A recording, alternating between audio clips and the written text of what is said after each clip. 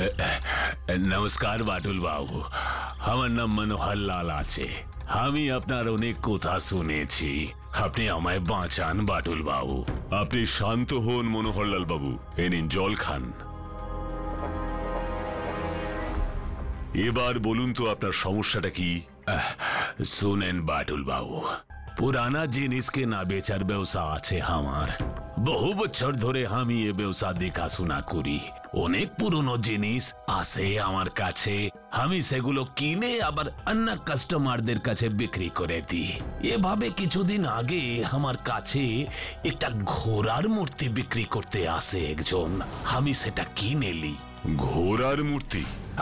হ্যাঁ বাটুল বাবু, ভুবনগড়ের ঘোড়া। অনেক বছর আগে ভুবনগড় রাজবাড়িতে ও ঘোড়ার মূর্তি সাজানো ছিল। তারপর সেই দামি ঘোড়ার মূর্তিটা আমি দেখাতে নিয়ে যাই আমার অনেক দিনের পুরানা কাস্টমার মিস্টার ভার্মাকে। একটা হোটেলের ঘরে বসে ওনাকে আমি মূর্তিটা দেখাচ্ছিলাম। বাহ, অদ্ভুত, চমৎকার। 500 বছর আগেকার এই ঘোড়ার মূর্তি, আমার তো বিশ্বাসই হচ্ছে না। এই জিনিস আপনি পেলেন কিভাবে? এটাই তো আমার ব্যবসা আছে ভার্মা সাহেব, খোঁজ খবর তো রাখতেই হয়।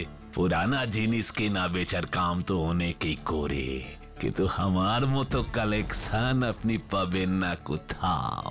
এটা কিন্তু একদম সত্যি মনোহরলাল বাবু, আমি এত জায়গায় ঘুরেছি কিন্তু এইরকম কালেকশন না। আরে আপনার সংগ্রহে তো সব এক একটা রত্ন মশাই। এই মূর্তিটা কিন্তু আমিই কিনবো, সে যতই টাকা লাগে লাগুক। আলবাত, এর জন্যই তো সববার আগে আপনাকে ডেকেছি ভার্মা সাহেব। সেবার যে আপনাকে বিজয়গড়ের রাজবাড়ির ঘড়িটা দিলাম, তারপরও নবাব সুজাউদ্দিনের নসির কৌটো, এসব আপনাকে কে দিবে মনোহর লাল ছাড়া? তা যা বলেছেন। দরওয়াজা খোলা আছে, চলে এসো। সাপ চাই লেন ভার্মা সাহেব, একটু গোলাটা ভিজিয়ে লিন। এ হোটেলের চাটা কিন্তু স্পেশাল আছে, একদম দার্জিলিং টি। তাহলে তো খেতেই হচ্ছে মশাই, দিন দিন। তবে যাই বলুন মনোহরলাল বাবু, এই ঘোড়াটাও কিন্তু স্পেশাল। খুব জানতে ইচ্ছে করছে এটার ইতিহাস। কোথাকার মূর্তি এটা? ভুবনগড়ে। ঠিক ঠিক, কিন্তু তুই জানলি কি করে ছোকরা? আমি ছোকরা নই, আমি হোটেলের রুম সার্ভিস বয়, গেস্টদের দেখাশোনা করি। আমি জানি মুফতিনগরের রাজা ভুবনগড়ের রাজাকে বন্ধুত্বের নিদর্শন হিসেবে এই মূর্তিটা উপহার দেন। ভুবনগড়, মুফতিনগর, আরে তার মানে তো বহু যুগ আগের কথা। সে তো বটে, সে তো বটে, প্রায় 500 বছর আগের কথা। কিন্তু কিন্তু তুই কথা জানলি কি করে? আর এটাই যে সেই মূর্তি, সেটাই বা তুই জানলি কি করে? জানবো না কেন সাপ, আমি যে এই ভুবনগড়েই থাকতাম। এই হোটেলের ম্যানেজার বাবুর বাড়িও তো ওই ভুবনগড়েই। চাকরির সূত্রে আমরা এখানে আছি। আর এই মূর্তি তো ভুবনগড়ের সবাই চেনে, খুবই কুখ্যাত মূর্তি এটা সাপ। কুখ্যাত? ঠিক আছে ঠিক আছে, তুই এখন যা। আমাদের এখন অনেক জরুরি কাম সারতে হবে, আমি পরে তোর কথা শুনবো। যা যা, এখন যা। ঠিক আছে স্যার। আরে ছোকরা তো আমার লোভ আরো বাড়িয়ে দিয়ে গেল মনোহরলাল বাবু। না না না, এই মূর্তি আমি হাতছাড়া করতে পারবো না। কিন্তু মূর্তিটাকে ও কুখ্যাত বললো কেন? ও সব ছাড়ুন, ছাড়ুন ছাড়ুন। এ মূর্তি হাতছাড়া করবেন কেন ভার্মা সাহেব? মূর্তিটা আমার হাতে আসতেই আমার আপনার কোথায় মনে পড়লো, তাই তো মূর্তি নিয়ে বাড়ি না ফিরে আমি সোজা এখানে চলে এলাম। খুব ভালো করেছেন আপনি। এই মূর্তির কদর সবাই দিতে পারবে না। তা কত দাম ঠিক করেছেন এটার? 20 লাখ। বাস 20 লাখ টাকা আমাকে দিয়ে আপনি মূর্তি নিয়ে চলে যান। টাকা আমার, মূর্তি আপনার। 20 লাখ। এখন তো এতগুলো টাকা আমার কাছে নেই।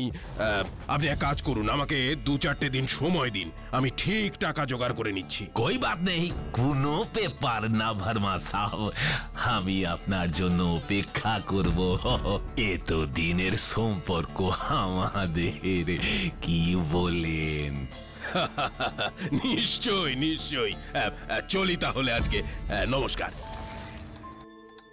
সাহেব, আপনার ডিনার সাজিয়ে দিয়েছি। এ তুই তো কোনো মূর্তির ব্যাপারে কি যেন বলছিলি? হ্যাঁ স্যার, আমার বাড়ি তো ভুবনগড়ে। সেখানকার বাচ্চা থেকে বুড়ো সবাই এই কুখ্যাত মূর্তিটার কথা জানে। কুখ্যাত কেন বলছিস? অভিশপ্ত বলতে পারেন সাহেব। কি বলছিস এসব? হ্যাঁ, এ কি জানিস তুই এই মূর্তির ব্যাপারে? সাহেব, বহু বছর আগে আমাদের ভুবনগড়ের সঙ্গে মুফতিনগরের ভয়ঙ্কর এক যুদ্ধ শুরু হয়। ওই যুদ্ধে মুফতিনগরের হার নিশ্চিত বুঝে মুফতিনগরের রাজা ভুবনগড়ের সঙ্গে সন্ধি করে নেন। বন্ধুত্বের উপহার স্বরূপ এই ঘোড়ার মূর্তি তুলে দেওয়া হয় ভুবনগড়ের রাজার হাতে। কিন্তু এই মূর্তি ভুবনগড় রাজপ্রাসাদে আসতেই শুরু হয় এক অভিশপ্ত ইতিহাসের। অভিশপ্ত ইতিহাস? কেন, কি হয়েছিল ভুবনগড়ে? মৃত্যু, দুর্ঘটনা। এই ঘোড়ার মূর্তি প্রাসাদে আসার 1 মাসের মধ্যেই মৃত্যু হয় ভুবনগড়ের রাজা সুরজ মল্লের। তারপরে কয়েক বছরের মধ্যে যারা যারা ভুবনগড়ের সিংহাসনে বসেছে তাদের সবার মৃত্যু হয় দুর্ঘটনা। সব দুর্ঘটনার পেছনেই আছে ঘোড়া। রাজা সুরজ মল্ল আর তার ভাই পরবর্তী রাজা প্রতাপ মল্ল মারা যান ঘোড়ার পিঠ থেকে পড়ে গিয়ে। তাদের পরে রাজা হন যিনি, তিনিও মারা যান ঘোড়ার খুরের আঘাতে। তারপর? তখন রাজ জ্যোতিষী গণনা করে বললেন ওই মূর্তি অভিশপ্ত। ওটা প্রাসাদে আসার পরেই এসব ঘটছে, তাই মূর্তিটা রাজ্যের বাইরে কোথাও ফেলে দিয়ে আসতে হবে। বাস, মূর্তি ফেলে দিল জ্যোতিষের কথা শুনে? না সাব, তখন ভুবনগড়ের রাজা হয়েছেন প্রতাপ মল্লের বড় ছেলে। তিনি বিদেশে পড়াশোনা করেছেন। তিনি এসব কুসংস্কার মানতে রাজি হলেন না, কিন্তু কিছুদিনের মধ্যেই তারও একই পরিণতি হলো। মানে? তিনি একদিন গাড়ি করে কোথাও যাচ্ছিলেন, তার গাড়ির সামনে হঠাৎ একটা ঘোড়া চলে আসে। সেটাকে বাঁচাতে গিয়ে গাড়ি নিয়ে পাহাড়ের উপর থেকে তিনি গড়িয়ে পড়ে যান খাদে। ওহ, কি সাংঘাতিক! আমি তো এসব কিছু জানতাম না। সবাই জানে সাব, আপনি ভুবনগড়ে গিয়ে যাকে ইচ্ছা জিজ্ঞাসা করে দেখুন, সবাই জানে রাজ পরিবারের এই অভিশপ্ত ইতিহাস। এরপর মূর্তিটার কি হলো? রাজমাতার কিছুতেই মূর্তিটা প্রাসাদে রাখতে রাজি হলেন না। তার আদেশে রাজ্যের বাইরে ফেলে দিয়ে আসা হয় মূর্তি। হাই বাপ, আমি তো ভাবতে পারছি না সেই মূর্তি এখন আমার কাছে, আমার ঘরে। রাখবেন না সাব, অনেক মানুষের প্রাণ নিয়েছে এই মূর্তি। রক্ত ভালোবাসে এই ঘোড়া। একে রাখবেন না সাব, ঘরে রাখবেন না, ফেলে দিন, এক্ষুনি ফেলে দিন। আরে কি যাতা বলছিস? ফেলে দিব মানে? তুই জানিস কত দাম দিয়ে মূর্তিটা কিনেছি আমি? 20 লাখ টাকায় ও মূর্তি বেচে দিব আমি। তুই এখন যা, যত সব আজে বাজে মন গোড়া কাহানি বলে আমার খাওয়াটাই মাটি করে দিলি। যা যা যা, চল। জি সাব, কিন্তু আপনি একটু সাবধানে থাকবেন সাব। Good night.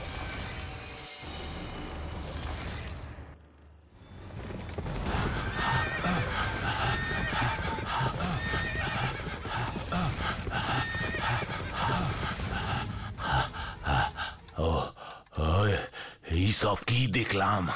আরে বাপরে, কি সাংঘাতিক স্বপ্ন। মুখে চোখে একটু জল দিয়ে আসি, না হলে ঘুম আসবে না।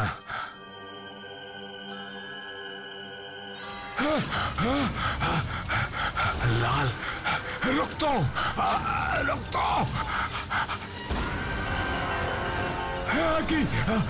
এইখানে ছবি এলো কোথা থেকে?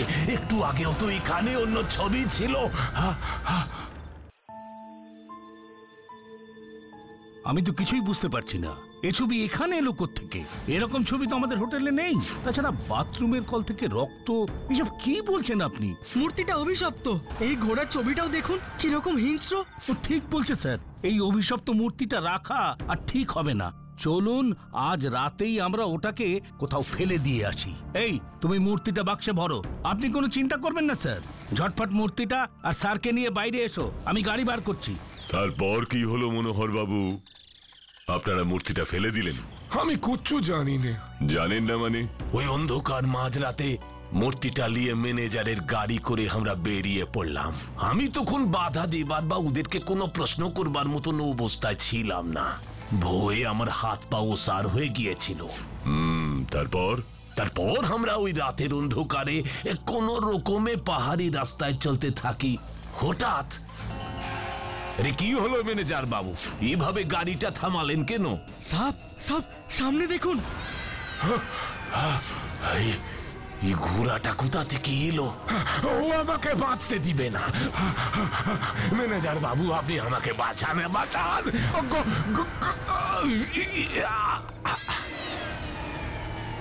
জ্ঞান ফিরতে দেখলাম আমি হোটেলের ঘরে শুয়ে আছি। ম্যানেজার বলল ওরা ওই মূর্তিটাকে পাহাড়ের উপর থেকে নিচের নদীতে ফেলে দিয়েছে। বুঝলাম, কিন্তু আপনি আমার কাছে কেন এসেছেন? মূর্তির সঙ্গে সঙ্গে তো আপনার সমস্যাও শেষ হয়ে গেছে। না না বাটুল বাবু, আসলে সমস্যা তো শুরু হয়েছে তারপর থেকে। কিরকম? আতঙ্ক, মৃত্যু ভয়, সব সময় একটা আতঙ্ক আমাকে তাড়া করে বেড়াচ্ছে। সবকিছুতে ভয় পাচ্ছি। কল থেকে জল পড়লে ভয় পাচ্ছি, ফ্যান চললে ভয় পাচ্ছি, লোডশেডিং হলে ভি ভয় লাগছে। তার জন্য তো আপনার ডাক্তার দেখানো প্রয়োজন। আমি কি করতে পারি? পারলে একমাত্র আপনি পারবেন বাটুল বাবু। দেখুন মনোহরলাল বাবু, আপনি কি বলছেন আমি কিন্তু কিচ্ছু বুঝতে পারছি না। কি পারার কথা বলছেন আপনি? বাটুল বাবু, আমি লেখাপড়া বেশি করিনি, কিন্তু তা বলে কোনো কুসংস্কার আমার মধ্যে নাই। এসব ভূত প্রেত অভিশাপ আমি কিছুতে বিশ্বাস করতে পারছি না মন থেকে। অথচ ওই হোটেলে আমার সঙ্গে যা যা ঘটেছে সেগুলো তো মিথ্যা লয়।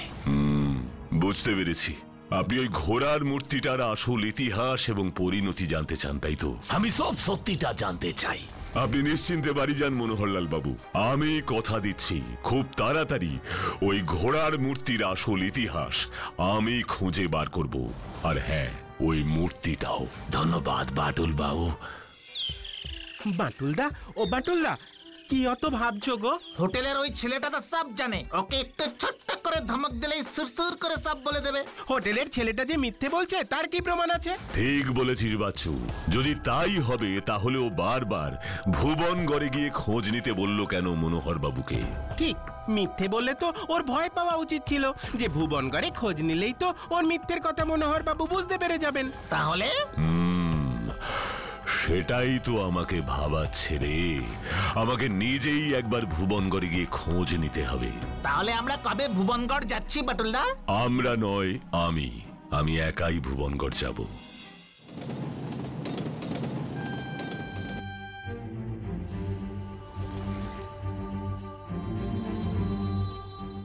এই তবে ভুবনগড় রাজবাড়ি। এত বড় রাজবাড়ি আজ শুধু এক পরিত্যক্ত ধ্বংসস্তূপ। না, এখানে দাঁড়িয়ে থেকে লাভ নেই। যাই, ওই চায়ের দোকানটায় গিয়ে একটু খোঁজ নিয়ে দেখি।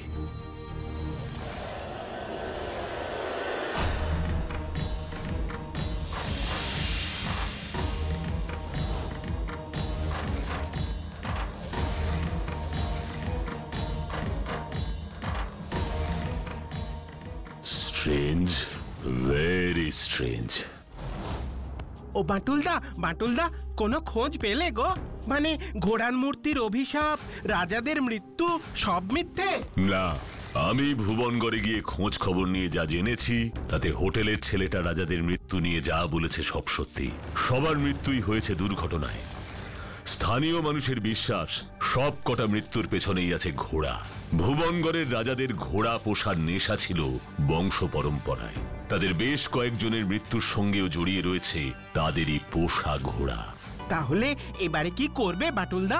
ভুবনগড় স্কুলের হেডমাস্টার মশাই বললেন বহুদিন আগে ভুবনগড়ের ইতিহাস নিয়ে গবেষণা করে ওই স্কুলেরই এক প্রাক্তন ছাত্র একটা বইও বের করে। সে আমাকে সেই বইটা খুঁজে বার করতে হবে। কাল ভাবছি একবার লাইব্রেরিতে যাব। এই মূর্তির রহস্য আমাকে ভেদ করতে হবেই।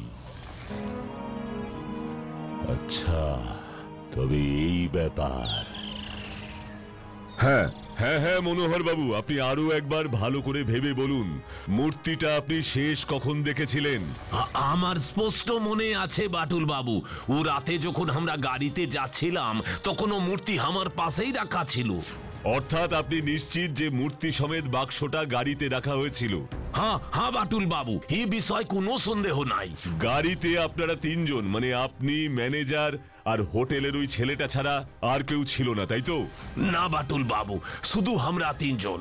আচ্ছা মনোহরলাল বাবু, ভালো করে ভেবে বলুন তো, ওই মূর্তিটার ব্যাপারে হোটেলের ওই দুজন আর মিস্টার ভার্মা ছাড়া অন্য কারো সঙ্গে আলোচনা করেছিলেন আপনি, বিশেষত মূর্তির দাম নিয়ে? না না বাটুল বাবু, মিস্টার ভার্মা ছাড়া ও মূর্তি নিয়ে কারো সঙ্গে আলোচনা হয় নাই আমার। হোটেলের ও বইটা ঘটনাচক্রে সবটা শুনে ফেলেছিল, বাস। তো মূর্তির ব্যাপারে ভার্মাকে জানিয়েছেন সবকিছু? লজ্জায় এতদিন জানাতে পারিনি বাটুল বাবু, তবে গতকাল ভার্মা আমাকে ফোন করে বলে ও মূর্তিটা ও এখন নিতে চায়, টাকার ব্যবস্থা ও করে ফেলেছে। তা আপনি কি বললেন? আমি বিশেষ কিছু বলিনি, শুধু বলেছি আমার তবিয়ত খারাপ আছে ও কিছুদিন আমি সময় চেয়ে নিয়েছি। খুব ভালো করেছেন। এক্ষুনি আর মিস্টার ভার্মাকে কিচ্ছু জানানোর দরকার নেই। যা করবার এবার আমি করব। আমি তো কিছুই বুঝতে পারছি না বাটুল, হঠাৎ আমাকে এমন জরুরি তলব কেন? এতদিন আপনি আমার কাছে এসেছেন সহযোগিতা করার অনুরোধ নিয়ে, আজ আপনার সাহায্য আমার খুব দরকার। আমি তোমাকে কি সাহায্য করব বাটুল? মিস্টার ভার্মার প্রতিনিধি সেজে একটা ছোট্ট অভিনয় করতে হবে আপনাকে। অভিনয়? না না না না বাটুল, ওসব কাজ আমি পারবো না। তুমি আমায় চোর ডাকাতদের পিছনে তাড়া করতে বলো, আমি এক্ষুনি রাজি, কিন্তু ওই অভিনয় না না না, আমার দ্বারা হবে না। আমি অভিনয় করতে গেলে আমার হাঁটু কাঁপে বাটুল। আপনি রাজি হয়ে যান না দারোগা বাবু। আচ্ছা আচ্ছা, বেশ বেশ বেশ, সবাই যখন এত করে বলছো। বেশ, কালই তবে আপনাকে এক জায়গায় পাঠাবো। যদি আমার সন্দেহ ঠিক হয় তবে কালই সেই মূর্তি উদ্ধার হবে। হ্যালো, হ্যাঁ হ্যাঁ, আমি হোটেলের ম্যানেজার বলছি। কে? মনোহরলাল বাবু? না না না, উনি তো চলে গেছেন। কেন বলুন তো? সে কি, চলে গেছেন? আপনাদের কাছে ওনার কোনো ফোন নাম্বার আছে? না না, আসলে হয়েছে কি, আমি একটা ঘোড়ার মূর্তির ব্যাপারে ওনার সঙ্গে কথা বলতে চাই। না না, আমি আপনাদের হোটেলে গিয়েও ছিলাম, মনোহরলাল বাবুর সঙ্গে দেখাও করে এসেছি। ভুবনগড়ের ঘোড়ার মূর্তিটা আমি কিনবো ভেবেছিলাম। আমি ওনার কথা মতো 20 লাখ টাকা জোগাড় করে ফেলেছি, আর উনি আমাকে কিছু না জানিয়েই চলে গেলেন। ঠিক আছে, মূর্তিটা তাহলে আমার আর কেনা হলো না। না না, আসলে ওনার একটা হঠাৎ জরুরি কাজ পড়ে যাওয়ায় ওনাকে চলে যেতে হয়েছে। কিন্তু আপনি চিন্তা করবেন না, ওই ঘোড়ার মূর্তিটা তো উনি আমাদের কাছে রেখে গেছেন। টাকা বুঝে নিয়ে মূর্তিটা আপনাকে দিয়ে দিতে বলে গেছেন আমাদের। ও, তাহলে মূর্তিটা উনি আপনাদের কাছেই রেখে গেছেন। বাহ বাহ, খুব ভালো। টাকাটাও কি তবে আপনাদের হাতেই? আরে নিশ্চয়ই নিশ্চয়ই, উনি আমাদের খুব বিশ্বাস করেন বলেই তো মূর্তিটা এত দামি হওয়া সত্ত্বেও আমাদের কাছে রেখে গিয়েছেন। এখন সত্যি খুব নিশ্চিন্ত লাগছে। হ্যালো হ্যালো, হ্যাঁ হ্যাঁ, কি কি কি বলছেন? না না, কিছু না। আসলে আমাকে জরুরি একটা কাজে শহরের বাইরে যেতে হচ্ছে। আমি তবে টাকাটা আমার এক কর্মচারীর হাত দিয়ে পাঠিয়ে দিচ্ছি, আপনি ওর হাতেই মূর্তিটা পাঠিয়ে দেবেন। ওকে ওকে, ঠিক আছে। হ্যাঁ হ্যাঁ হ্যাঁ, কালই তিনি যাবেন। এই এই নিন, এই নিন সেই মূর্তিটা। এই নিন টাকা। ভার্মা স্যার আমাকেই পাঠিয়েছেন, পরে আপনাকে ফোন করে দেবেন। এ কি স্যার, এতে টাকা কোথায়? এ তো শুধু পুরনো খবরের কাগজে ঠাসা। কি বেইমানি! আমাদের ঠকিয়ে মূর্তি হাতাতে এসেছিস? ছাড়বো না, ছাড়বো না তোকে।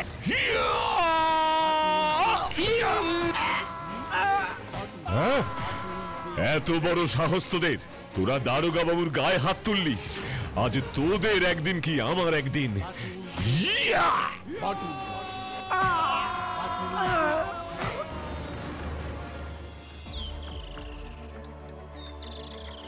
বাটুলদা, ও বাটুলদা, তুমি কি করে বুঝলে গো যে মূর্তিটা ওদের কাছেই আছে?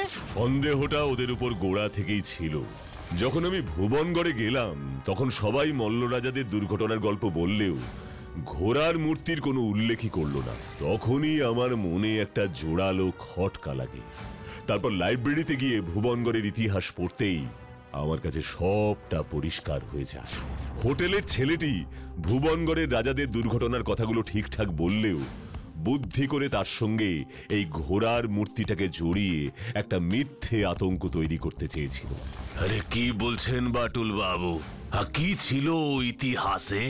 শুনুন মনোহরলাল বাবু, মল্ল রাজাদের দুর্ঘটনার পেছনে ঘোড়ার ভূমিকা থাকলেও এই ঘোড়ার মূর্তিটার সঙ্গে তার কোনো যোগাযোগ ছিল না।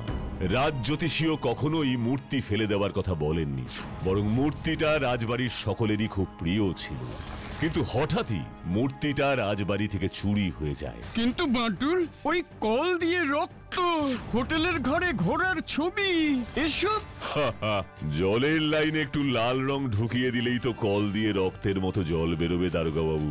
আর মনোহরলাল যখন বাথরুমে ছিলেন তখন ছবিটাও তো সহজেই পাল্টে দেওয়া যায়। হোটেলের সব ঘরের ডুপ্লিকেট চাবি তো ম্যানেজারের কাছেই থাকে, তাই না? কথায় বলে লোভের থেকেই জন্ম নেয় সব পাপ, আর পাপ কখনোই চাপা থাকে না। কি তোমরা কি বলো, তাই না?